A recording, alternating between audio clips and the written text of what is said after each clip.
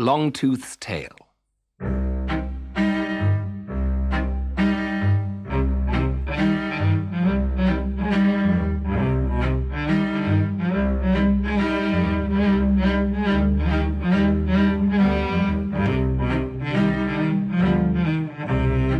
A long, long time ago, a broad-sailed longship was struggling through the cold, grey North Sea that lies between Norway and Scotland.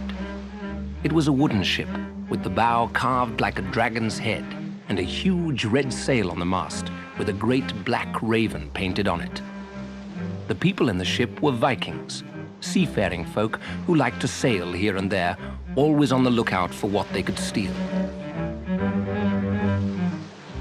Sometimes going on a Viking adventure was fun, and other times it was not. On the day when this story started, nobody in the ship was having much fun at all. As soon as they were at sea, a fierce wind began to blow, and it started to rain.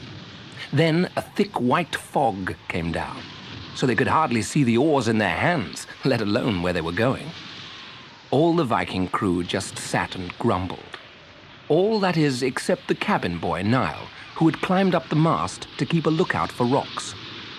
Their captain, old Ulrich, was trying to hide under a rowing boat. "Oh, I'm sick of this job," he mumbled miserably. "How on earth am I going to get this horrid Viking crew all the way to Scotland in this weather?" The ship ploughed ahead through the grueling storm and rough sea. At the top of the mast, Niall the cabin boy could not see or hear anything through the fog, but he had a feeling that there was something very strange and peculiar somewhere out there. Then he heard it. And all the Vikings could hear it too. They stopped complaining and listened in fear. It was a rumbling, thundering sound. Whatever it was just ahead of them and was getting closer every minute. "Ahoy, Niall!" shouted Captain Ulrich, peering out of his hiding place. "Can you see anything from up there?" "I don't think so," Niall shouted back. "Yes, wait! Yes, I can! It's huge and grey, and it's a sea monster!" The Vikings steered their ship towards the rocks on which the monster lay. Captain Ulrich crept down the ship's gangway and onto the rocks. "What is it?" the crew asked nervously, wondering if it was going to eat their captain. "It's a walrus," Ulrich replied. "The biggest walrus I've ever seen. Come and look, but be as quiet as you can. It's still asleep. That noise is the creature snoring." One by one, the Vikings stepped onto the rock and stood round the sleeping walrus. Then they noticed a huge glass of water standing beside the walrus, and inside the glass of water, gleaming like pearls, only much, much bigger, were the walrus's tusks. They were very long, very white, and very valuable. They're a kind of ivory, and you can carve them into all sorts of precious and beautiful things, though walruses only use them to eat with. "He must have put them in a glass while he was taking a nap," said Niall. "We'll take them away before he wakes up," said the captain. "They're worth a fortune. I've never seen tusks as big as these before. We're all going to be rich." "We're all going to be rich," chorused the Vikings, dancing up and down. "Hooray!"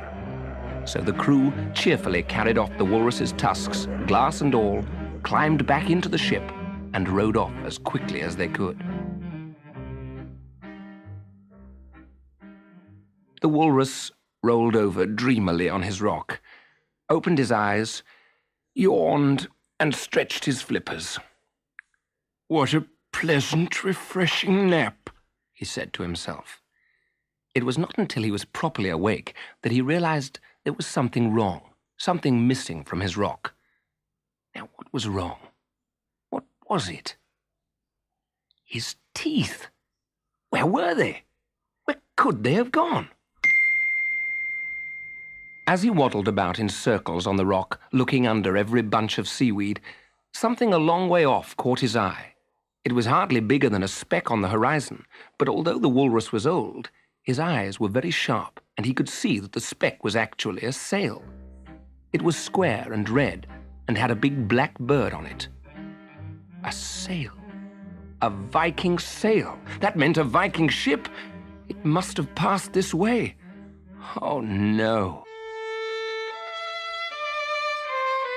The old walrus burst into tears.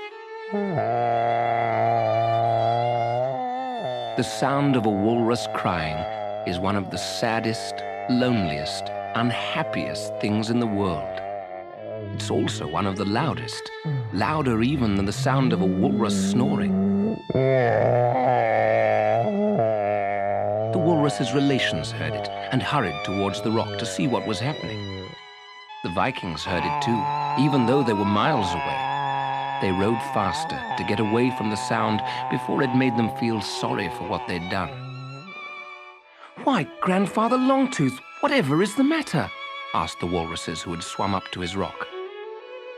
"They've stolen my teeth," sobbed Longtooth. "Those horrible Vikings. They sailed up in their ship while I was asleep and took them away." And once more, Longtooth started to cry. The walruses all shook their heads, trying to think of something that would help.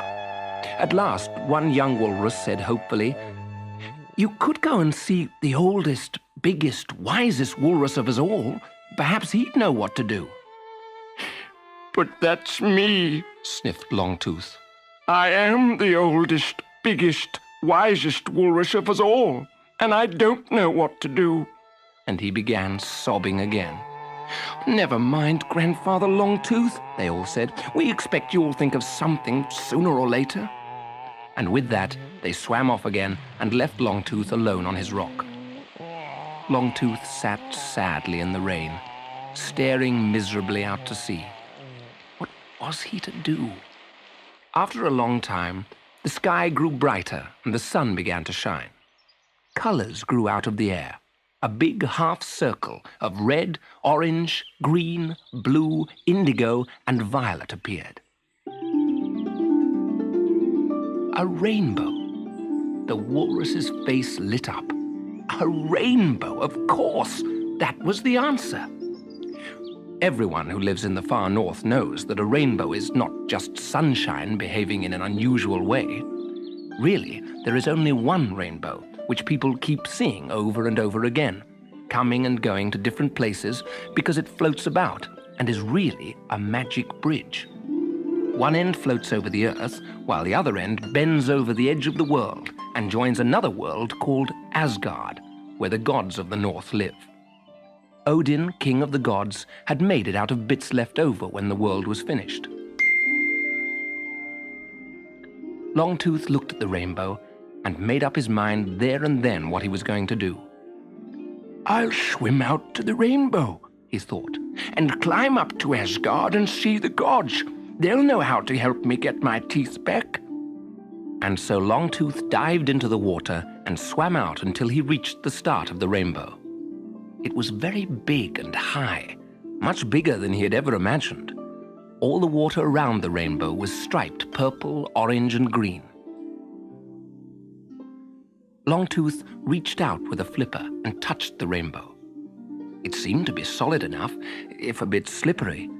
So he started to climb up, hanging on with his front flippers and pulling his back flippers up behind him.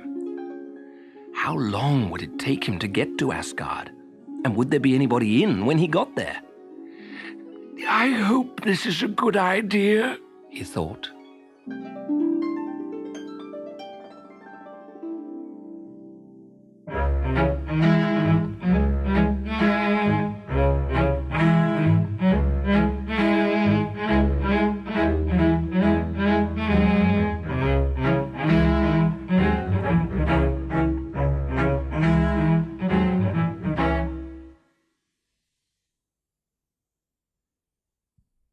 Shubiki's hat.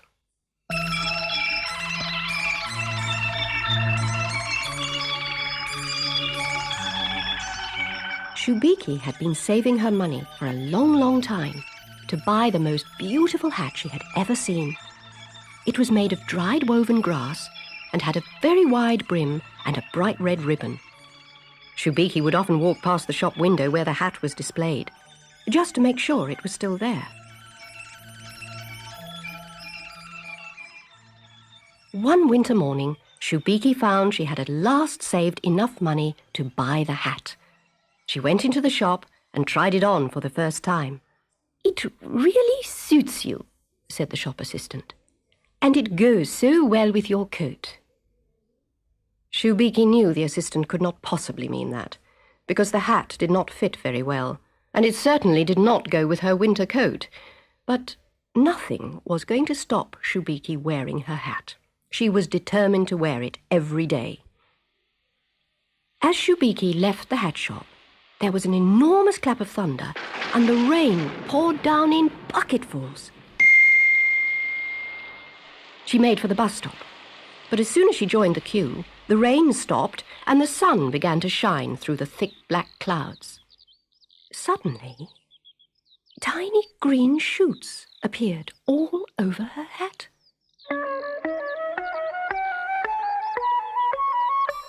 People could see them growing before their very eyes. It was like magic. Strangely shaped leaves unfurled, and a big palm-like tree grew up from the crown of the hat. Everyone in the bus queue giggled and pointed, but Shubiki had no idea why. "What a funny hat!" shouted the little girl, jumping up and down with excitement. Shubiki felt very annoyed. "How dare they laugh at my new hat?" she thought. "Thank goodness the bus is coming." Inside the bus, the plants grew even more quickly, and buds began to open in the warmth. The bus conductor quite forgot to give Shubiki her ticket. He was so busy watching her hat grow. Some people even stood on their seats to get a better view of it. Oh, look at that! Shubiki sank down further and further in her seat and pulled her coat around her ears. "I'll never wear this hat again," she said. "I'll hide it and only wear it on the beach." She got off the bus at the next stop and started to walk the rest of the way home. But she had not gone very far when she heard a soft humming. Swarms of bees and butterflies were hovering around the bright flowers in her hat. Shubiki could not understand it. "Oh, go away, bees," she said irritably, trying to chase them away with her handbag. But when Shubiki got home and looked in the hall mirror, she had a wonderful surprise. "Oh, how beautiful!" she exclaimed. "My hat is magic! My hat is magic! No wonder people stare at me, and bees and butterflies come buzzing around me." She jumped up and down with delight. "Even more reason to wear my hat every day."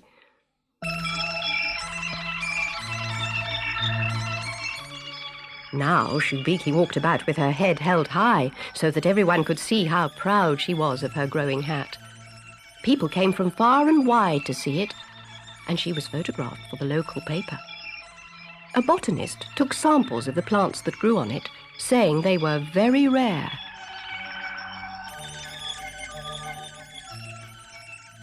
One day, Shubiki went to the agricultural show. As she was admiring a cow with a big red rosette round its neck, it began nibbling the fresh green grass that grew on her hat. In her battle to get away from it, she took refuge in the fruit and vegetable hall. She sat down for a quick nap, but was woken 10 minutes later by the judge, who awarded her the first prize for the best strawberries in the show.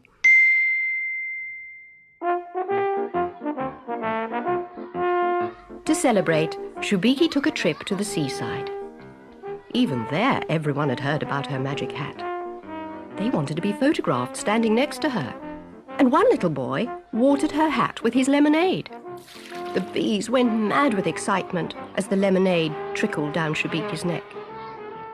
They irritated her so much with their tickly little feet that at last she exclaimed in exasperation, "I don't want to be famous anymore. I just want to get away from everybody. I want to go to a quiet little island, just me and my hat and nobody else." So Shubiki ran into the sea and swam out as far as she could. Suddenly, a huge wave swept over her, knocking her hat right off her head. She felt as though she was turning a million somersaults under the water. When at last she surfaced, gasping for air, she found her hat tossing about in the waves near her. But the hat seemed so much bigger than when she last saw it. Yes, the hat was growing. Even the trees and flowers were getting much bigger. "Wait for me, hat!" she shouted. As Shubiki clambered aboard, the wind whistled around them and blew the hat further and further from the shore until it was quite out of sight. At last, the wind died down and the sea grew calm. By now, Shubiki's hat was the most beautiful tropical island, bathed in glorious sunshine. Brightly coloured birds were singing, and the sea lapped gently on the shore. Shubiki was happy on her tropical island. No more cameras, no more noisy pointing children, no more gaping faces. She made herself a new hat out of grass and built a house from driftwood and leaves. But as the days went by, Shubiki grew lonely, and she wanted to share her beautiful island with everyone. So she wove a huge sail out of leaves, and on the first windy day, she hoisted it up a palm tree. The island slowly started to move. Shubiki sailed her island for nearly a year, until at last she saw the shore. "It's Shubiki! It's Shubiki!" shouted everyone from the beach as she came closer. "Hello, Shubiki! Welcome back!"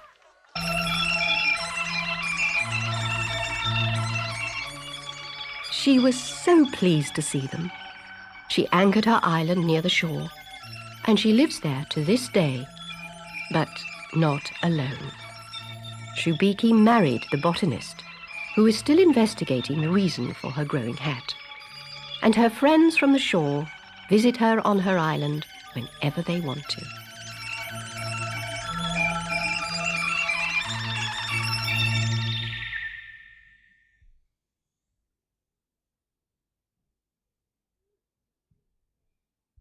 Big Red Head.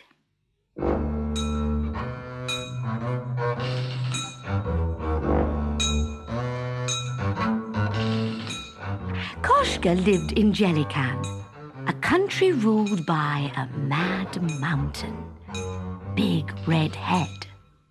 The mountain made strange laws, such as ordering his picture to appear on stamps, cards, and mugs. Koshka even had a T-shirt with Big Red Head on it.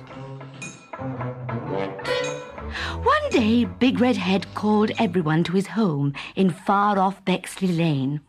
He had an important announcement to make.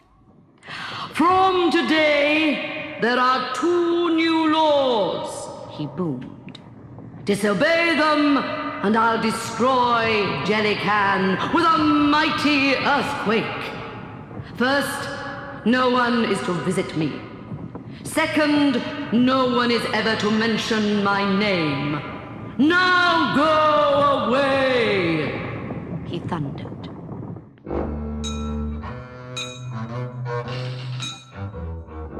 Later, as Koshka's great-aunt F brewed her foul tea, she whispered, "That mountain's mad. I must do something." So she ran into the street and sang, "There's a mountain called Big Red Head, an awful sight, the ex-queen once said. Chipped white teeth and spiky mane, he's on view at Bexley Lane." The gathering crowd stared in horror as a great rumble shook the town. "You idle tea drinker," cried the crowd, "you will have us all destroyed." But only Aunt F's house crashed down. "Next time," boomed a deep voice, "I'll flatten the whole of Jellican." Aunt F was furious. "Help me dig my car out of this rubble, Koshka. We're going to visit this mad mountain." "Where to, Aunt?" said Koshka. "Bexley Lane, of course," she cried. "I've packed the tea and my duvet. Drive on!"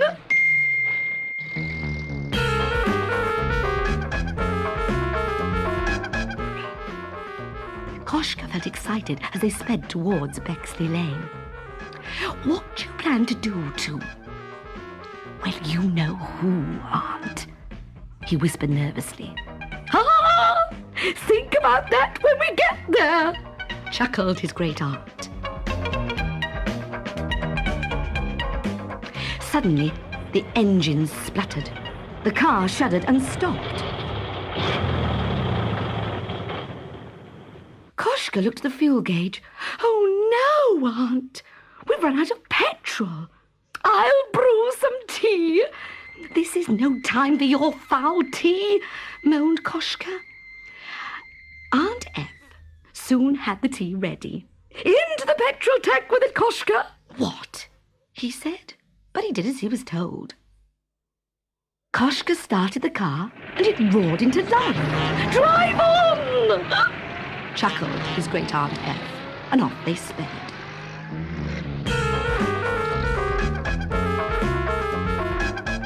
Koshka was driving very fast across a bridge spanning a deep gorge. "Slow down," muttered Aunt F. "I think Big Redhead has broken the bridge." "We'll never stop," howled Koshka as his foot pumped the brakes. "Help!" Whoosh! The car plunged over the edge, and Koshka stared in disbelief as his great-aunt F calmly unpacked the tea and her duvet.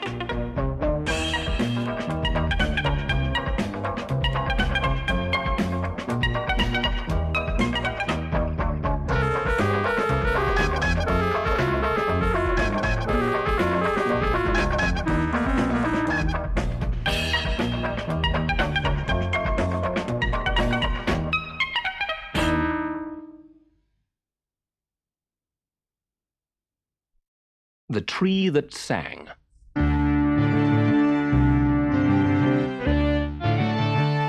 Many years ago, an old wizard was making a long journey through a deep valley. He was old and tired and hungry, and his feet were hurting. He still had many miles to walk that day, and he was in a very bad mood indeed. As he walked, he began to hear singing. Not bird song or the wind singing in the branches, but a strange, clear voice singing words he could not understand. He frowned. "How very odd," he said to himself. "I've never heard singing like that before." Then he trudged along, leaning on his staff. The path he was following left the stream and led him into a clearing. One tree stood, proud and unfamiliar, in the middle of a grass-covered bank.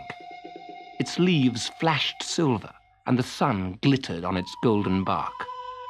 The singing was louder now. The wizard scowled and looked about him. He could see nothing but trees and grass and small, scurrying creatures in the undergrowth. Thinking that he would sleep for a while before going on, the old wizard lay down on the bank and closed his eyes. But he could not sleep. That high, clear voice sang on and on, going round and round in his head, until he found himself trying to puzzle out what the words might mean.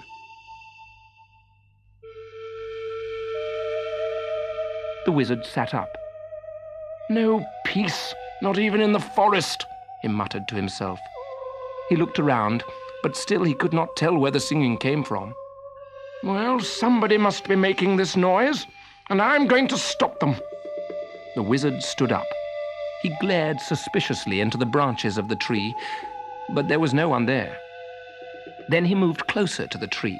He put a hand out to touch its trunk and could feel it vibrating gently beneath his fingers to the rhythm of the song.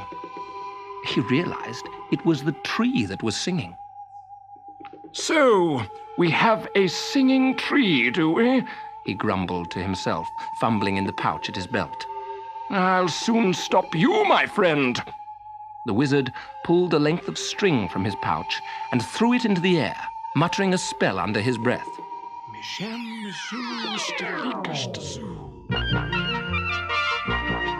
The string did a little dance in midair and wound itself twice around the tree trunk. The wizard sang out another spell, and the string tied itself into a knot. As he finished his magic chant, the singing died away. Now the forest was quiet and peaceful. The old wizard lay down again to sleep. But as he wriggled into a comfortable position, he saw a thin wisp of smoke rising from the roots of the tree.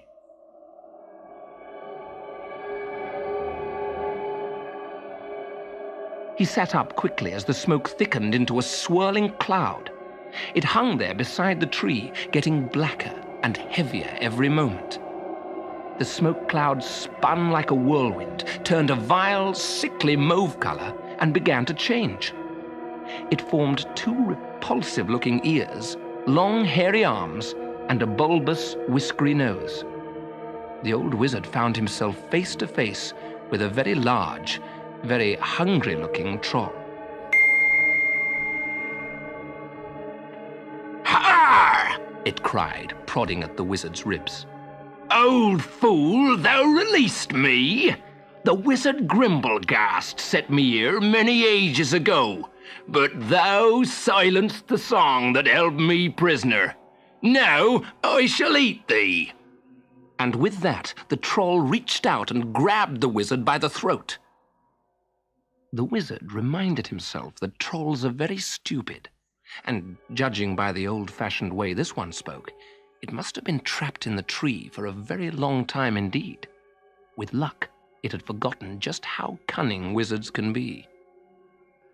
"How are you going to cook me?" he gasped. "You can't eat wizards raw, you know. All that magic gives you indigestion." The troll thought for a moment. "I shall build a fire and roast thee," it said. "But I might run away while you're building the fire," the wizard pointed out. "Then I shall kill thee first." "Can't do that," the wizard gasped. "Wizards go rotten very quickly when they're dead. I wouldn't be nice to eat." The troll frowned. "Then how shall I cook thee? If I cannot kill thee first, and I cannot build the fire first, and I cannot eat thee raw, you could always tie me up while you make the fire," the wizard suggested helpfully. "There's some string tied round that tree just there." "Ha-ha!" With a cry of triumph, the troll reached out to untie the string, just as the wizard had intended it to. For as he undid the knot, he undid the spell as well.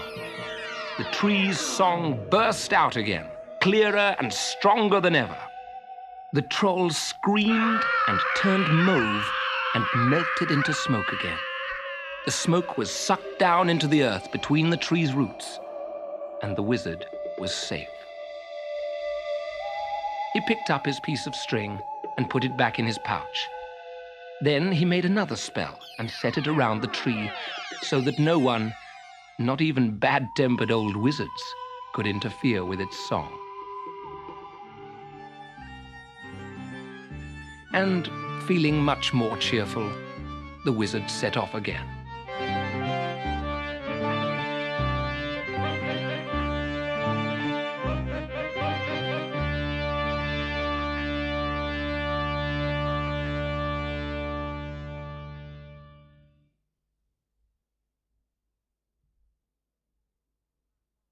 Too many buns for Rosie.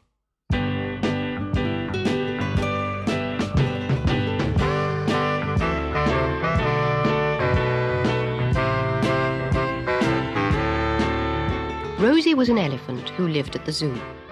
All the keepers called her Nellie, which she thought was very rude, and it made her unhappy. The visitors were not rude. They did not call her anything, and they fed Rosie on fruit and biscuits and buns. Best of all, on buns. Rosie ate all she could get, especially the ones with icing on. "You're getting fat, Nellie," said the keepers. But Rosie took no notice. "I am not called Nellie," she said to herself. But one day, when she was going back to her house, she got stuck in the doorway. "Oh dear," thought Rosie. "Those horrid, rude keepers have made the door narrower while I've been waving my trunk at the crowds. Or perhaps it's shrunk in the rain." She heaved and tugged, but she still could not move, and she began to wonder if she would have to stay there forever.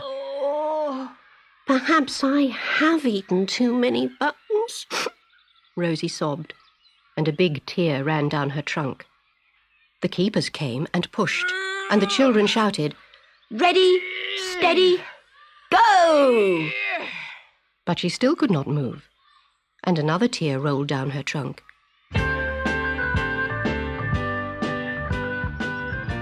Along came the head keeper's son.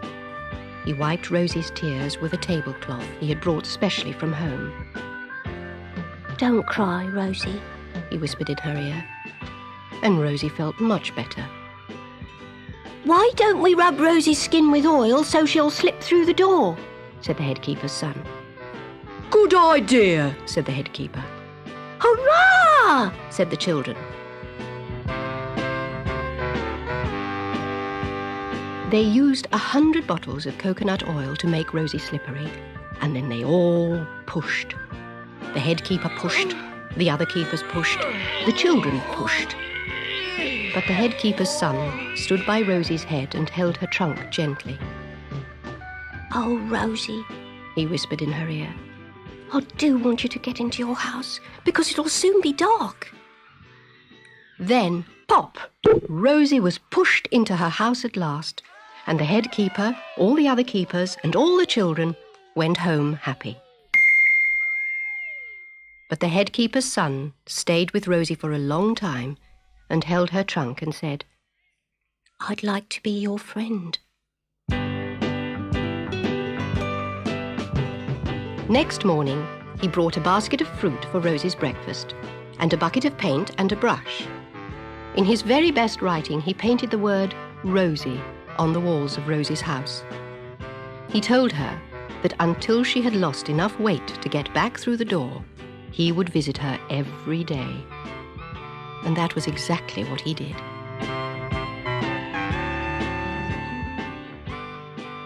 So one fine sunny morning, when the children were calling, "Rosie, Rosie, come out and see us," the head keeper's son proudly led a slim and happy Rosie out into the yard. All the keepers cheered and said, "Well done, Rosie!" And the head keeper said, "Well done, Rosie!" And all the children said, "It's lovely to see you again, Rosie!" Now Rosie is happy, because her friend, the head keeper's son, visits her every day, and twice a day on Saturdays and Sundays. Rosie eats the fruit given her by visitors every day, but she only eats buns on Sunday.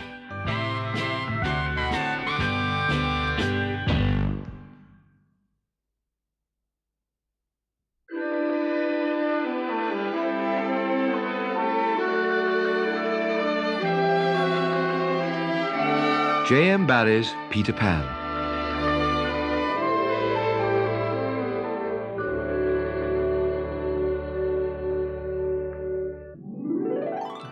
The red-skinned Princess Tiger Lily did not forget that Peter Pan had saved her life, and every night she and her braves kept watch over the underground home. Peter and the Lost Boys had been expecting a skirmish for a long time. It finally came, on an evening when Wendy had told her favorite story.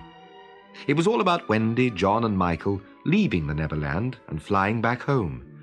Their mother, she said, had always left the nursery window open in the hope that they would return. It was Peter's least favorite story, and when it was finished, he groaned. "Oh, Wendy, you are wrong about mothers," he said. "Long ago I thought, like you, that my mother would always keep the window open for me.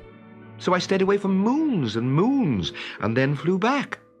But the window was barred, for Mother had forgotten all about me, and there was another little boy sleeping in my bed." John and Michael were scared. "Wendy, let us go home," they cried together. "At once," replied Wendy firmly. "Peter, please arrange it." "If you wish," he said coolly.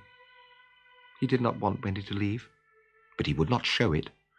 So he went off to ask the Redskins to guide her through the wood. When he returned, the lost boys were crowding round Wendy, pleading with her not to go. "No, please don't go. Wendy, you can't leave us. No." "It will be worse than before you came," they cried. "Dear ones," she said, "if you come with me, I feel almost sure I can get my mother and father to adopt you." At once, all the boys jumped with joy. All, that is, except Peter Pan. He told Wendy that he would not be going, for he could do very well without a mother. He would not even show her the way back home. Instead, he would send Tinker Bell to guide her across the sea.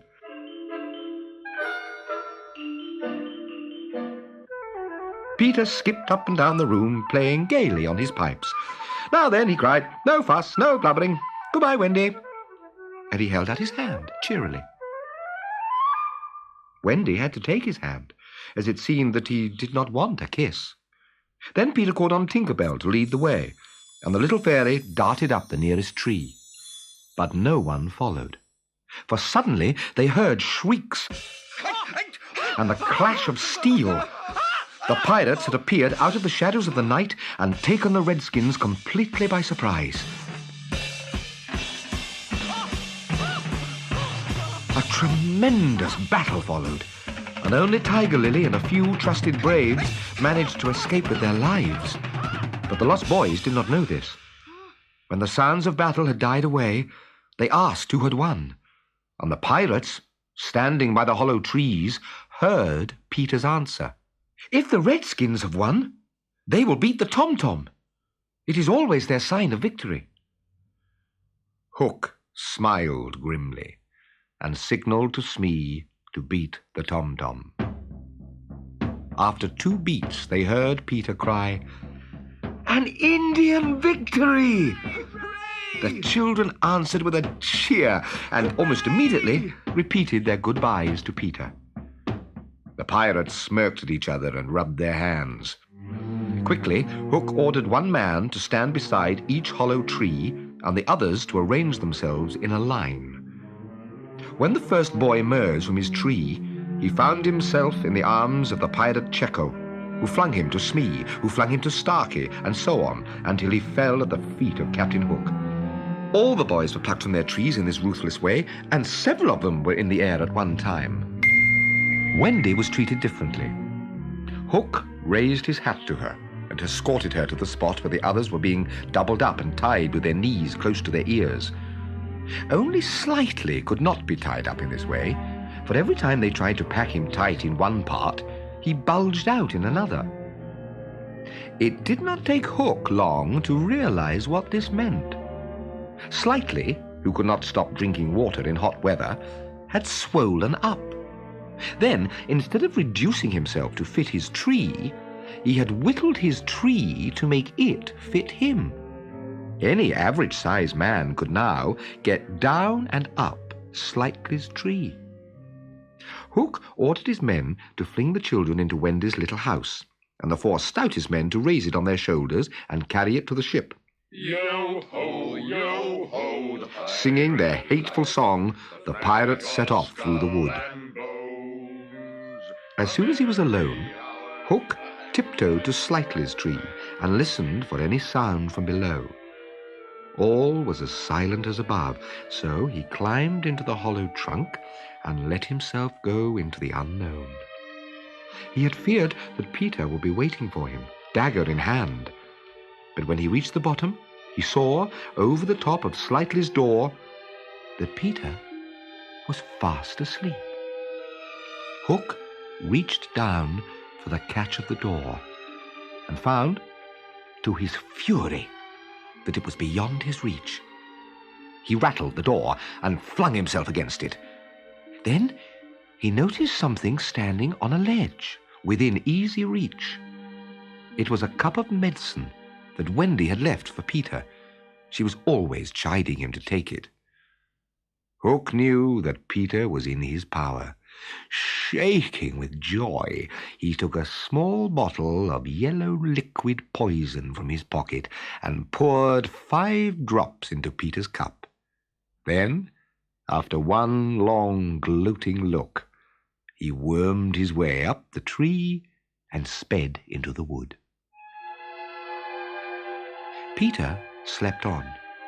He slept until he was woken by an excited Tinker Bell. "Oh, you could never guess," she cried. And then she told Peter about the capture of Wendy and the boys, and how they had been taken to the pirate ship. "I'll rescue Wendy!" cried Peter, leaping for his dagger. As he leapt, he thought of something he could do to please her. He picked up his cup to take his medicine. "No!" shrieked Tinker Bell. "It's poisoned! I heard Hook muttering about it as he went through the wood." "Don't be silly," said Peter. "How could Hook have got down here?" And he raised the cup to drink.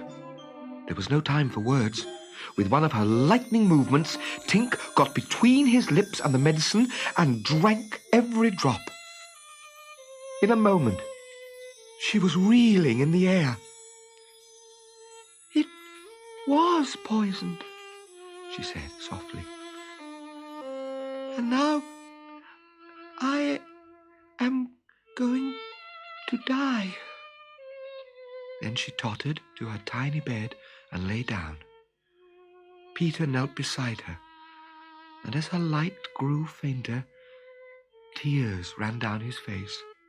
"I could get well again," she whispered, "if I knew that children believed in fairies." Peter flung out his arms to all the children who might be dreaming of the Neverland. "If you believe," he cried, "clap your hands. Don't let Tink die."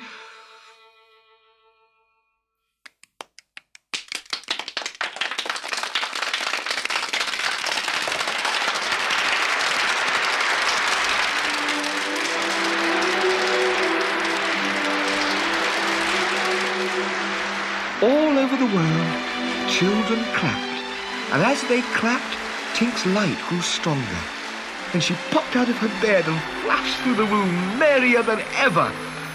"And now, to rescue Wendy," cried Peter. "This time, it's Hook or me."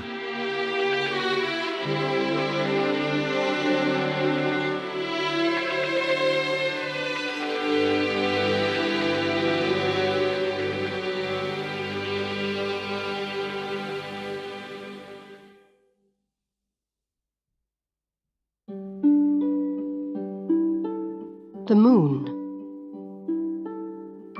The moon has a face like the clock in the hall. She shines on thieves on the garden wall, on streets and fields and harbour quays, and birdies asleep in the forks of the trees. The squalling cat and the squeaking mouse, the howling dog by the door of the house, the bat that lies in the bed at noon, all love to be out by the light of the moon. But all of the things that belong to the day cuddle to sleep to be out of her way, and flowers and children close their eyes, till up in the morning the sun shall arise.